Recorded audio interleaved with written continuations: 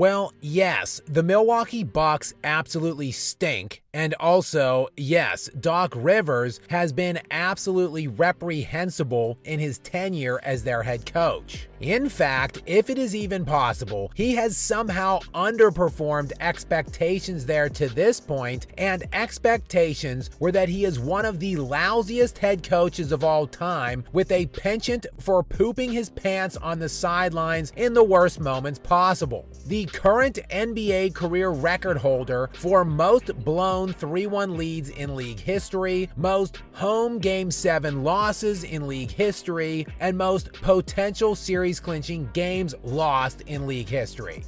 That is ridiculously bad. It really is. But yeah, he has actually been even worse than that in Milwaukee. Implicit in all of this festering, stenchy ass floating around Milwaukee these days is their moronic front office making one clownish move after another and absolutely wasting the unicorn freak they have been blessed with for the last 11 years now and counting. And look, it has been tough sledding this year in particular for poor Giannis Antetokounmpo. First, there was the 6-game losing streak to begin the season, and he has been catching a lot of shade this week for the old fake handshake joke on Jaylen Brown. The Bucks, meanwhile, find themselves currently at just 4-8 and not even in the play-in range currently in the pathetic Eastern Conference of all places, where there are only 3 teams currently over 500.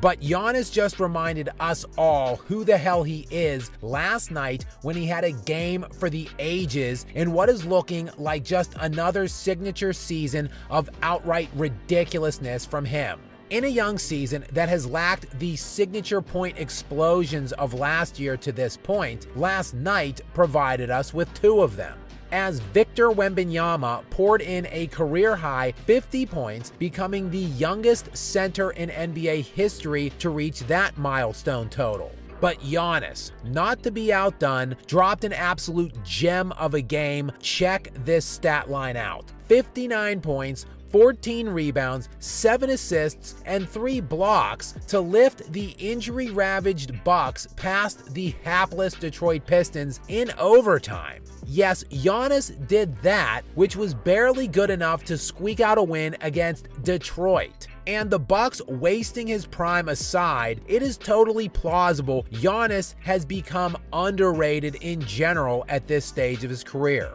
This guy not only won back-to-back league MVPs, he has finished top 4 in league MVP for 6 consecutive seasons now. He had a run from 2019 to 2022 where he was first-team All-NBA and first-team All-NBA defense every season. I mean, who does that? Like, who does that ever? Miami LeBron and then Michael Jordan and Kobe Bryant for basically a decade straight? That's pretty much it all time of guys who were absolute locks for first-team selections on both ends of the floor for a significant span of time.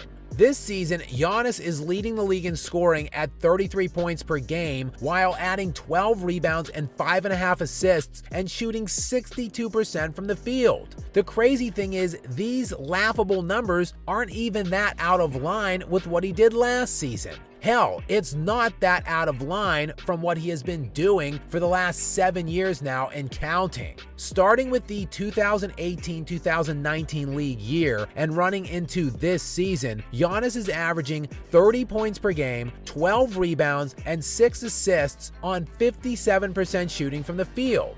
Now look, it is difficult to gauge these numbers from a standpoint of where exactly he stacks up against other historical greats, because quite frankly, comparisons between this era and literally any other in league history outside of the 1960s is virtually impossible now due to how outrageous the scoring and pace of play is. But adjusting for pace and looking at the per 100 possession rate of Giannis over the last 6 full seasons, he compares favorably with literally any other player who has ever existed. When adjusting for pace per 100, Giannis is averaging 42.4 points per game, 17.3 rebounds, and 8.5 assists on 57% shooting in 399 games. In prime Shaq's best 6-year season run, he averaged 38.7 points, 16.3 rebounds, and 4.3 assists on 57.6% shooting per 100 possessions in 396 games. Whereas the self-proclaimed king and alleged GOAT, LeBron James, averaged